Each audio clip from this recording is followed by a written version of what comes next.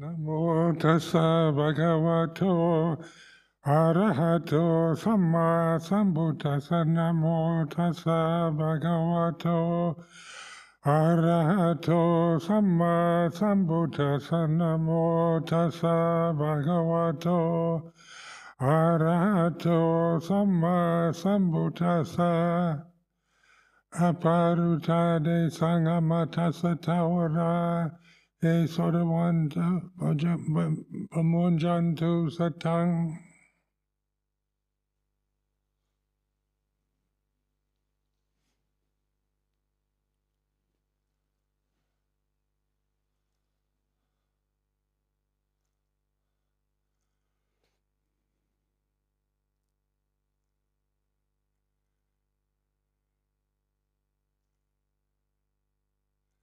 So this is the opportunity to reflect on Dhamma the way it is.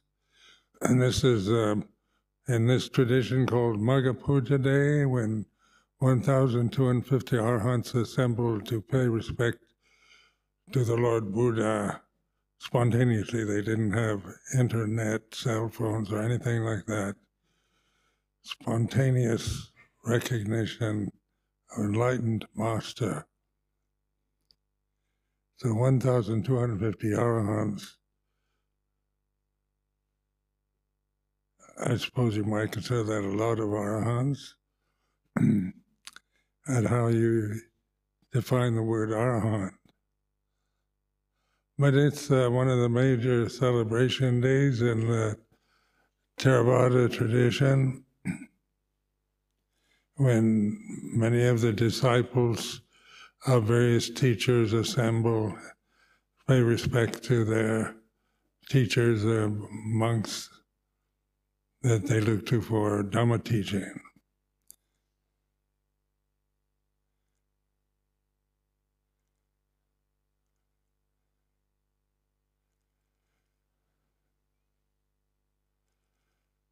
So, with these words, arahant, enlightenment, nibbana, nirodha, these are all, like enlightenment is an English word, and so when we use it as, wow, what do you really mean by that? And then we think of a perfected human individual,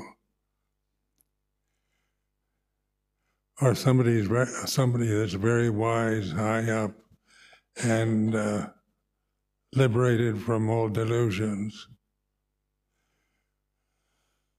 So that's what I've just assumed, that most people, when they hear that word, think of it in such superlative terms.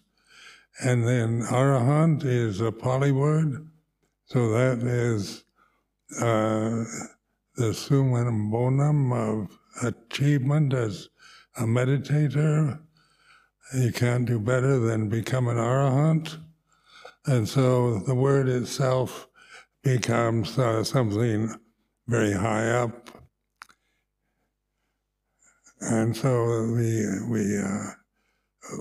when we think about, just speaking for myself as a ordinary human being, when I thought of the word arahant, I thought of it as the highest attainment or achievement. But then the personality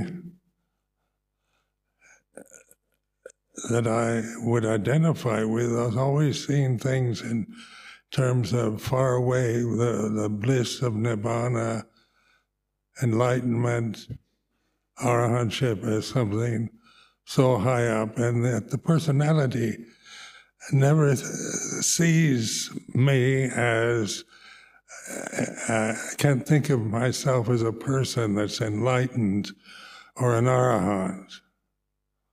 The personality won't go there, because the personality is a condition. It's conditioned to be critical, to see ourselves in terms of very high moral principles of obeying all the laws, keeping the rules, becoming a very wise person.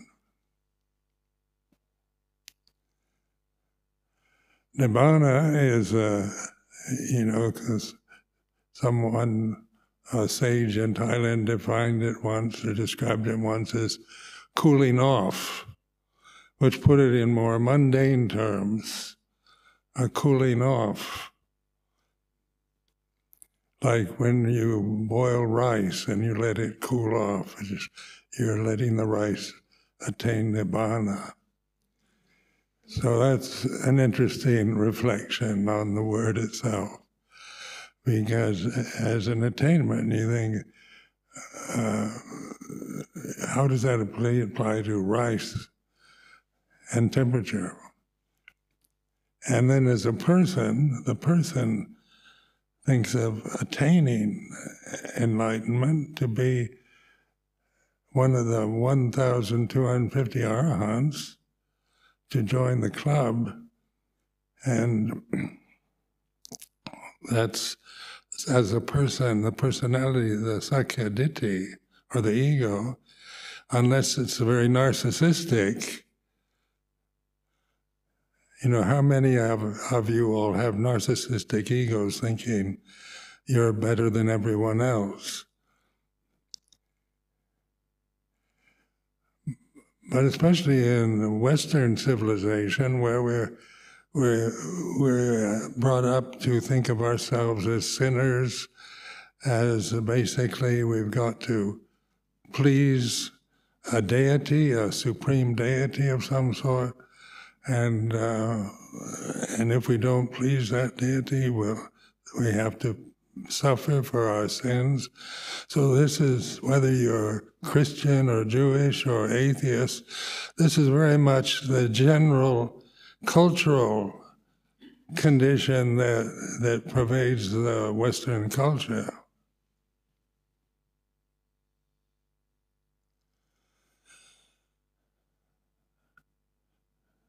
So one of my very favorite quote from the Pali scriptures is called, "There is the unborn, uncreated, unformed, unconditioned."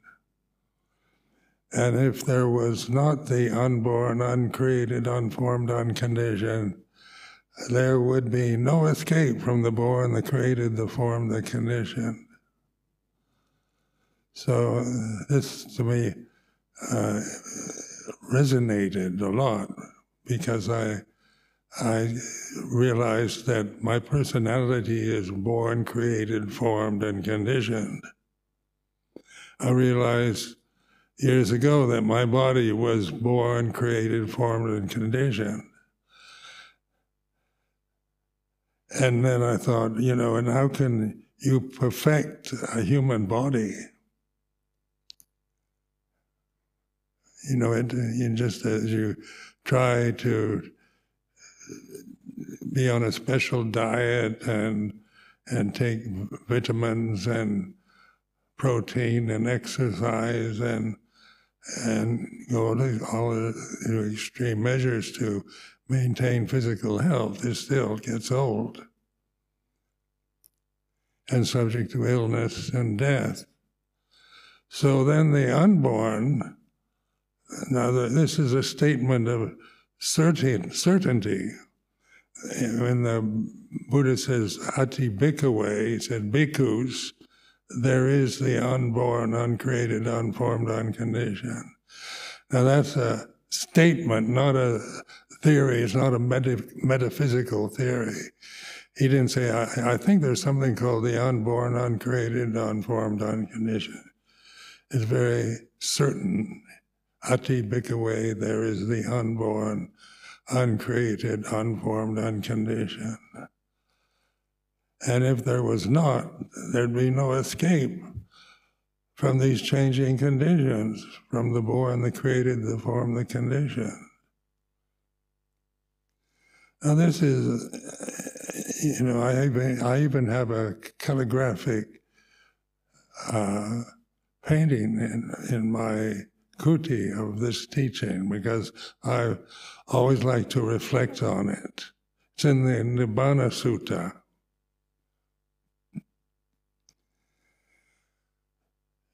So then I used to just reflect on the born, the created, the form. I can create all kinds of forms in my mind. I can imagine beauty, ugly, big, small, high, low, all different colors.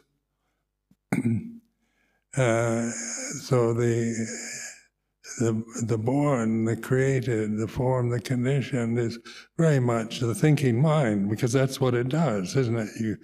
You start thinking, and you can fantasize, you can think all kinds of nonsense, you can be very logical and reasonable.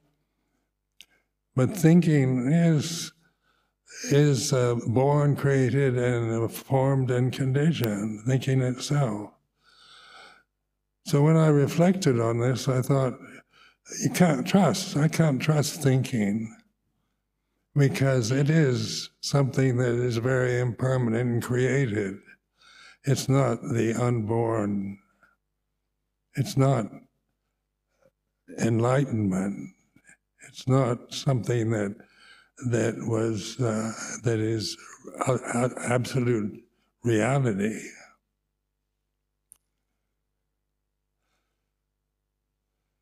So just by reflecting in this way and seeing how the ego, the sense of a separate self, is very much conditioned. Living in a community like this, a Sangha community where we live in as a kind of community of friends, of monastics, we still realize that each one of us is different on a personal level. Even the same age or the same nationality or the same gender, just try to find another man or woman who thinks exactly like you are, like you think, like you feel. And you can't do it. Because the born, the created, the form, condition is impermanent and unsatisfactory. So this is a very direct teaching when I try to imagine the unborn, uncreated, unformed, unconditioned. Just watching my mind. I used to experiment on this, just try to imagine unborn, uncreated, unformed, unconditioned. And you can't do it. Impossible. And your mind goes quite empty because it has no way of dealing with the unborn, uncreated, unformed, unconditioned. When we think of Nibbana or enlightenment, we tend to think of it as, and we imagine it as some kind of superlative form or state, a state that is perfect. So, you can create illusions of perfection, and heaven is where everybody's youthful, happy, and everything's beautiful, and hell is where everything is miserable, painful, and ugly. That's imagination. You imagine that. If you didn't have a vocabulary, you couldn't imagine heaven or hell.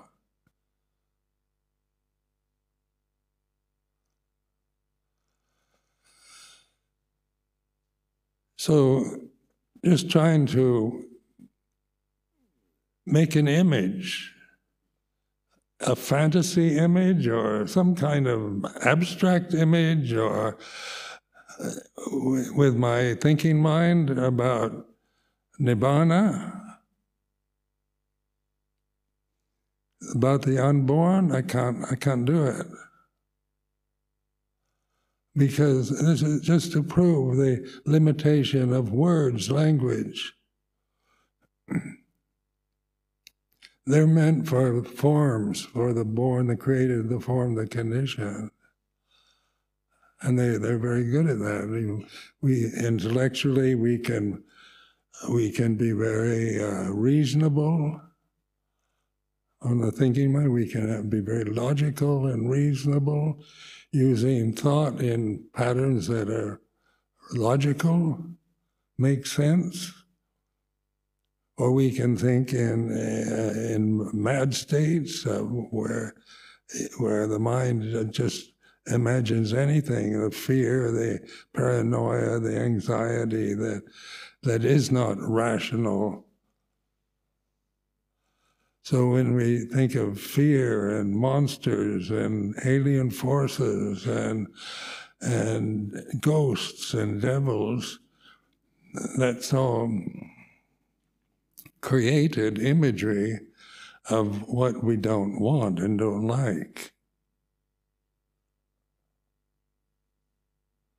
So that's imagination.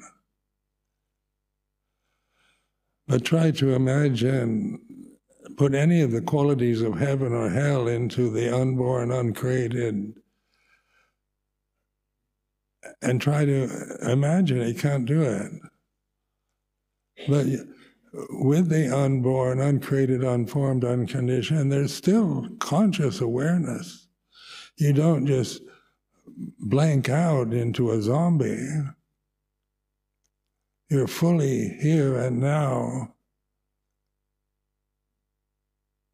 So these are experiments I used to enjoy doing in my meditation life, just to experiment. Because I always liked this Ati Bhikkhave style in the Pali Canon, like it's certainty. It's not, imagining or supposing. It's not supposition. It's not some kind of high-minded thinking. It's not metaphysical. It's not spiritual. It's not anything that you can define. It's not Buddhist or Christian or Muslim. But it's here and now, timeless. So this reflection is to encourage this kind of experiment, investigate. And that's one of the reasons why many of us become Buddhists, because even though it's called a religion usually to most of us means belief in some kind of superior being or deity or creator. So there's a lot of atheists who believe there's no God, nothing other than just existence is like this, which is getting near. Atheism is not far away, but it's still a denial. It's still taking words and denying the existence of God and supposing there isn't any God. You suppose that's just a myth. It's an imagination made up by various people. So that's not untrue, but theistic religions tend to be beliefs that we acquire. So believing is believing in the words or the statements or the scriptures or the Bible or the teachings, and so without question, without investigation or examination.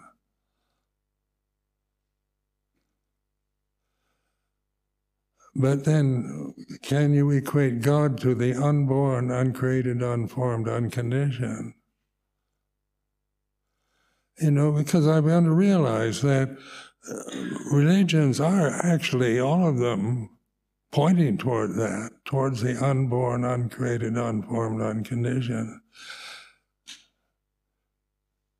So they call that God or Allah or Yahweh or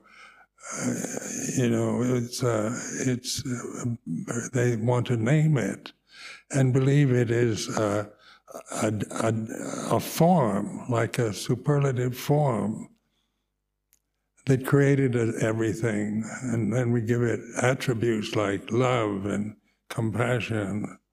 Or it's a judgmental form, like a judgmental father, a patriarch that is very punishing and critical if you commit a sin. So these are all images we create with thinking. So can you really trust thinking, whether it's denying the existence of God or affirming it? It's still thinking. Because the unborn, uncreated, unconditioned is here and now. So it's not, when we think of deities, we always think of them as very high above us. They're high up in the sky. And then we think of ourselves as earthbound forms subjected to gravity, to hunger, to survival. So, just to be the witness to how you observe yourself as an individual form. Are you really, this is your true nature, the individual form? Because it's impermanent, it's unsatisfying. No matter how much you try to convince yourself that it is, it's not. It has moments of beauty and pleasure and excitement and so forth, but also has its opposite. We can be very caught in negative thinking and in depressions, in fears, in paranoia, stuck in these kind of states that are created that we don't investigate. We become attached to, we become obsessed with our own creations, our fears, our anxieties, our sense of separateness, loneliness. Being a separate form is also very lonely. Why do we seek company, friends, society, parties, go to sports events, symphonies or rock concerts, to be with others where you're kind of focused on something you're all supposedly enjoying. Family life, to have a family and children and parents and relatives and friends. Because without that, if we didn't have any social experience, then we become increasingly isolated and alone. And that's true. You become, if you lock yourself up in a room and don't talk or speak to anybody, then you begin to feel this loneliness. And I remember during the year I was a samanera, I was the first 3 days in the kuti, I was all alone, and I was enjoying just being alone for the first time in my life, where I was just in this forest in Thailand, in this kuti, and I really kind of indulged in the pleasure of being alone for about 3 or 4 days. But it didn't last, just this sense of viveka or separateness by seeking, solitude is a nice idea. When you're caught in the family life or business life or Sangha life, then this idea of being alone in solitude sounds very nice. So, but then when you're alone, what happens? So observing that, observing how I began to miss friends, want somebody to talk to, wanting a radio to listen to the news, anything but just being alone with myself in a kuti, in a country whose language I couldn't speak, and nobody in the monastery I was in could speak English. So I didn't have any so-called friends that I can relate to.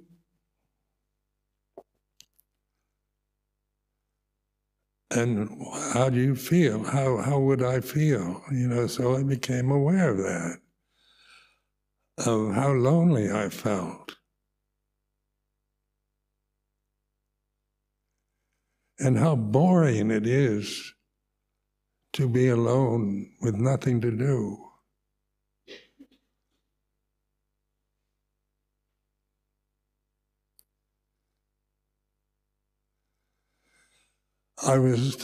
Before I ordained, my first meditation lessons were in Bangkok at Wat Ma Taught, and they taught this Mahasi Sayadaw method, which you do everything in exaggerated slow motion. So I tried to do that. Just be very mindful of every step I made when I was doing walking meditation, or when I was sitting, they're mindful of the breath of each inhalation, exhalation. I could do it for at most an hour, but then the mind would wander. And then doing everything in slow motion, I had the idea I had to live my life 24 hours a day, 7 days a week, in slow motion, which I realized was impossible.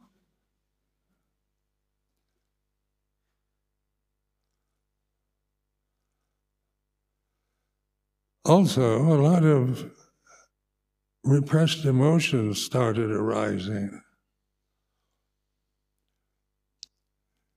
And a lot of really anger that I'd repressed my previous life.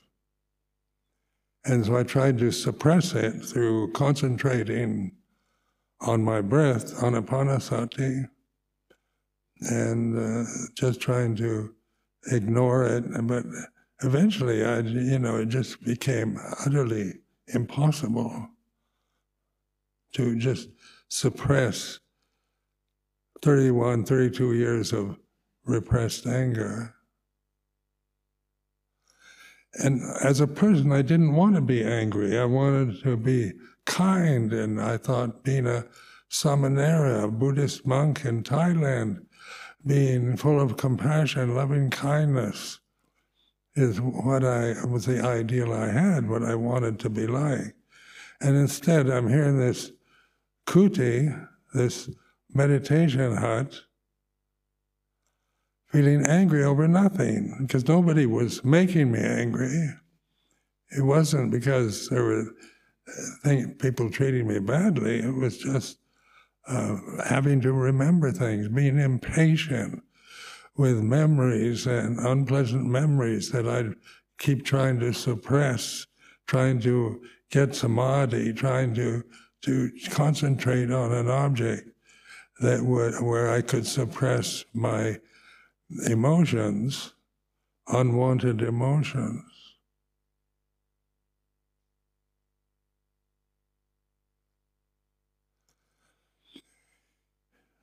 So then we realized that in lay life, I had all kinds of escapes for avoiding unpleasant mental states.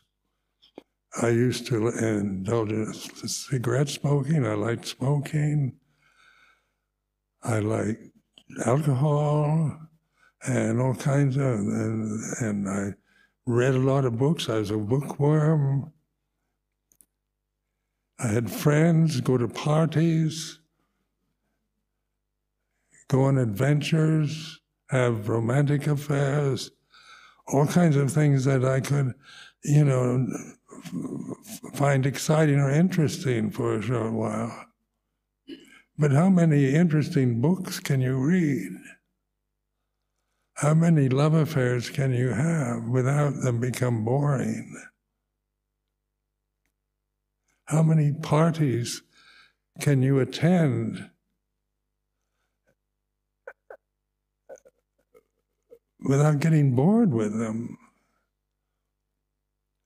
You realize how boring life is on the born, the created, the form, the conditioned. But the unborn, uncreated, unformed, unconditioned seems boring at first because the personality wants romance, adventure, excitement. It doesn't want silence or stability. It wants, we used to go to these amusement parks where you go on all kinds of like roller coasters and machines that swing you around, turn you upside down.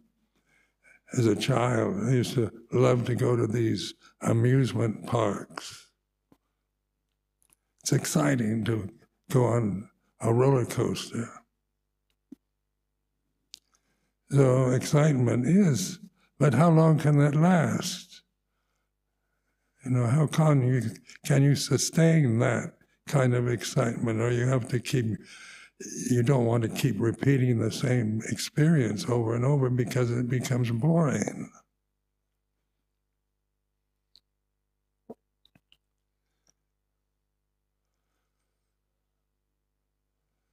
So reflecting on the way it is, I learned somehow or other during that time as a samanera, I couldn't do anything.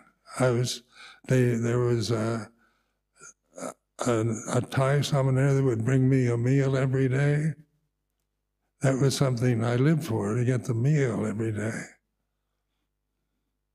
And then one year, and this is in 1966, Nong Khai flooded, the Mekong River flooded the town of Nong Khai, and the whole town was inundated underwater, about 9 feet high.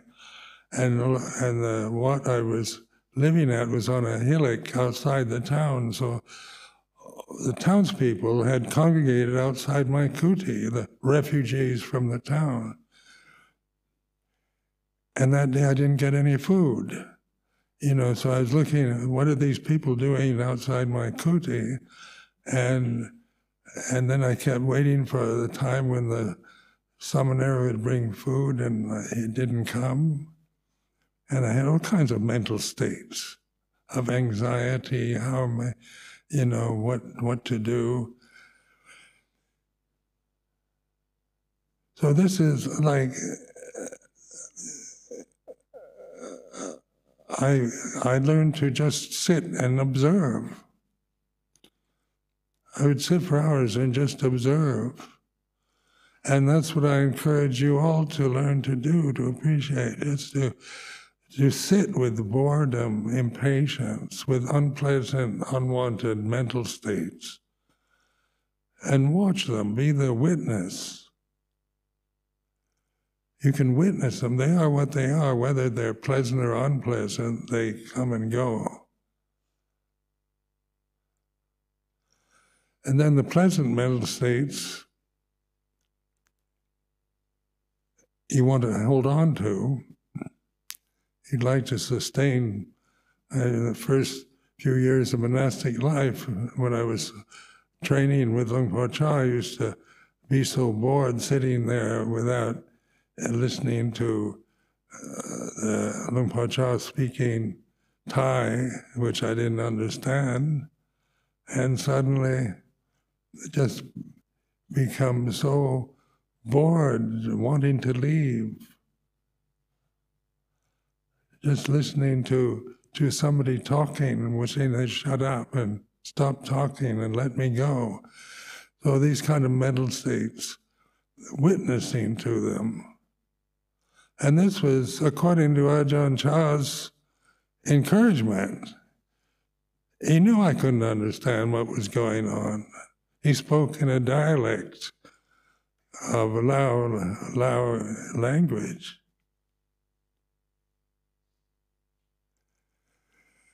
And when I asked to be excused from these long desanas, these long expositions, he said, no, you have to stay and endure. So I did trust him. I realized he was a very wise human being, so I even though that's exactly what I didn't want to hear, I obeyed. I followed his teaching and learned to sit through and observe, be the witness. I had a lot of insight being the witness to boredom. Because life without romance, adventure, and excitement is boring.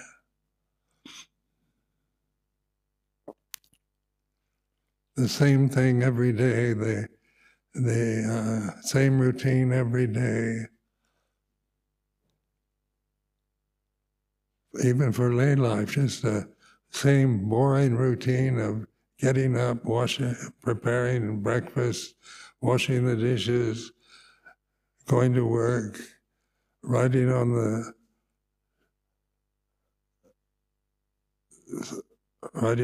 underground, and every day is a routine. It gets boring because conditioned phenomena, its very nature is boring. It has highs and lows, peaks and depths and dimensions, has forms.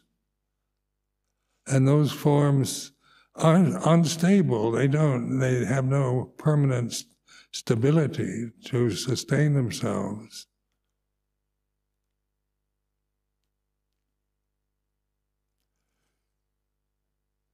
So by being the witness to this, you begin to question,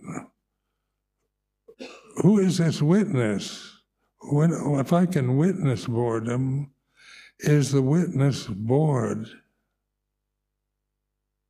If I objectify boredom as a experience I'm having in the present moment,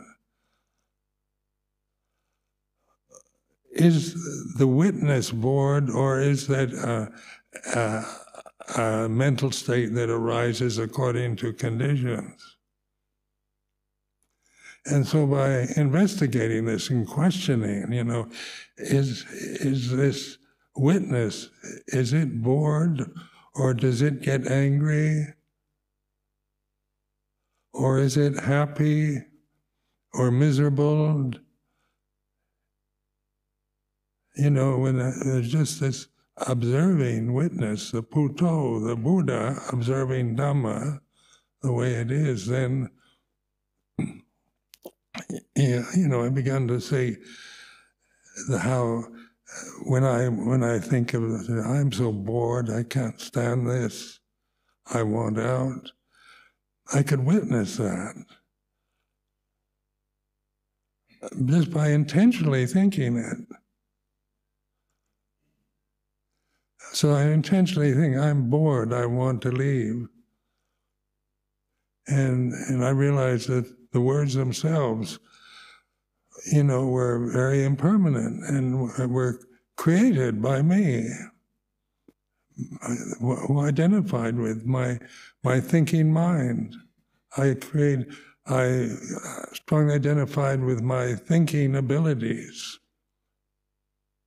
with my intellect. So I was very attached to that, seeing myself in certain ways and trying to define myself as a person. But in the witness position, all the kind of identities you might have about yourself come and go and change. And I became increasingly aware of what didn't come and go and change, that the witness never gets bored or angry or frightened. But the mental states, the emotions, the memories, the physical experiences, pleasure, pain through the senses, through the body, they're very impermanent, unstable conditions.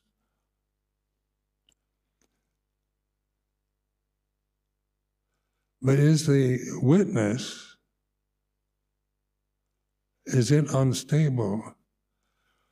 So then I thought, well, when I'm asleep, there's no witness. You just kind of pass out, and you want to go into deep sleep where there's no dreaming. Then there's the dreaming state, the deep sleep state, and the dreaming state is kind of images, no longer governed by reason or logic, because oftentimes dreams make no sense at all. No, they're not reasonable or logical, but they do come and go and change when you believe that you're asleep. But does consciousness sleep? When you're in deep sleep, where you're not dreaming, where it's timeless, you have no sense of time in deep sleep, no images, but you can't remember that. You can kind of know after you wake up that you were in deep sleep, but you can't imagine deep sleep, where there are no images, no thoughts, no feelings. And yet in deep sleep, there's still consciousness. You don't die. The body doesn't die, or the senses don't kind of dissolve into nothingness. So you realize consciousness is deathless. It has no beginning or end, has no features. It's not personal. And that's what, in the Pali word, anatta, no self. It's not personal.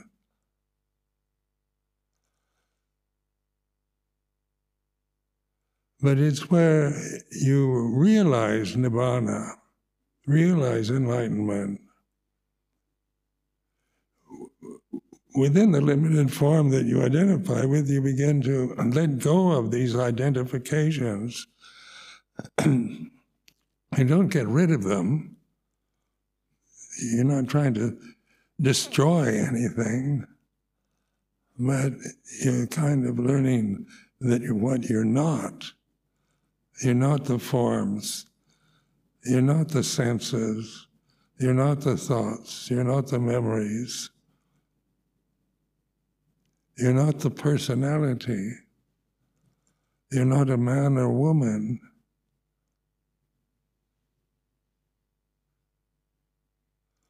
You're not black or white. You know, none of these matter in awareness. They lose their kind of strong effect on us, well, like racial views or religious views. They disappear into nothingness if you let them.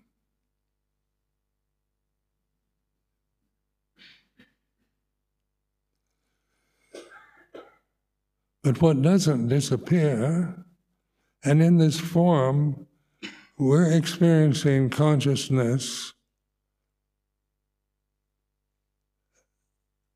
that is non-personal, but then out of ignorance of that, by identifying with what we're not, we never notice it. It's silent, it doesn't have a language. It's not exciting. It's not romantic. But it is liberation. It's enlightenment, freedom from delusion, freedom from fear, freedom from all the prejudices, biases, problems, personal problems, social problems that we have to experience through the forms. So the forms are experience that is very impermanent, where consciousness is not an experience, it's ultimate reality. But we identify with the experiences like memories of the past, plans for the future, hopes and fears about the future. And we don't know what we're doing. We're lost in these illusions that we're strongly conditioned to attach to and believe in.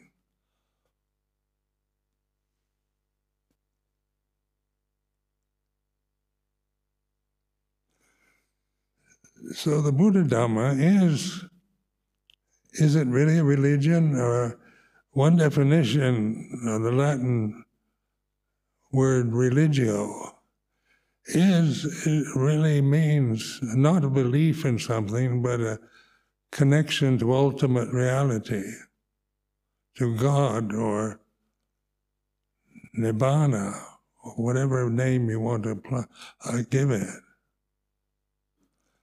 It connects you, like that's what religions are trying to do, connect you to awaken you to ultimate reality, which is here and now, not something far away, high up that you can't realize. Because the First Noble Truth is the most banal, ordinary truth that anyone could think of. There is suffering. That's a statement, and that's undeniable. There is suffering. We experience suffering all the time. When we're born, when growing up, getting old, getting sick, fear of death, losing our loved ones. There's kind of sadness to life, a pathos that we experience because life is basically a sad experience. And in monastic life we reflect that, I remember, all that is mine, beloved and pleasing, will become otherwise, will become separated from me. I think that's really depressing, sad, I like to think, all that is mine, beloved and pleasing, will be mine forevermore. Beautiful, beloved, and pleasing. And that's just wishful thinking, because that's not Dhamma, that's not the way things are. So in this realm that we're experiencing through these forms, the Buddha actually pointed a way to use the forms with wisdom to encourage us to let go of these identities, these beliefs. It's not like getting rid of, it's not a destruction of your personality. It's not trying to change your personality or make judgments about you as a person, as a monk or a nun or a lay person. It's not about anything like that. It's about just letting go of and being the Puto, the here and now witness to the way it is.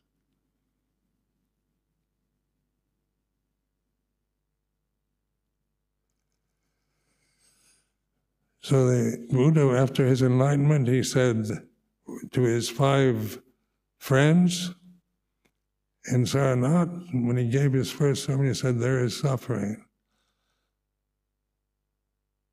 And that is a statement. There is suffering, and it has causes. And it begins and ends. Suffering is not a statement that everything is miserable and suffering. It's not a kind of negation of life, but it's pointing to what we experience in life. The loss of youth, the loss of beauty, the loss of money, of power, loss of our parents, loss of our friends, loss of our health. These are all sad experiences. And if we grasp them, then we suffer. We're going to suffer from them because we want all that is mind-loving and pleasing to be stable and permanent. Forevermore, we can say, whatever that means.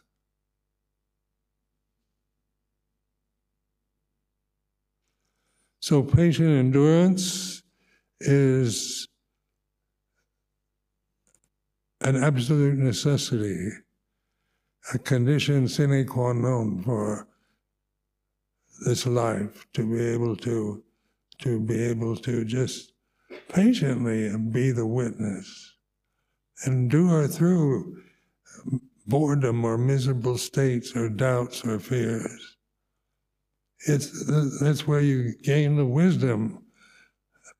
And when you're really in a terrible state and you suffer through it and you witness it and you endure through it rather than committing suicide, getting drunk, changing the radio station, the television program.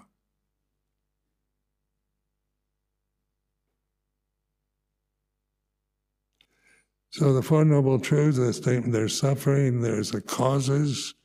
So it's very, very clearly explained. Four Noble Truths is absolutely brilliant teaching. But it's not a belief. It's not about believing in suffering or because the Buddha said there is suffering, we believe in suffering. We suffer. Just the ordinary suffering that we experience daily is enough for enlightenment. It will take us to Nibbana if we're patient and willing to endure through the unpleasantness of the forms that we identify with. So I offer this as a reflection.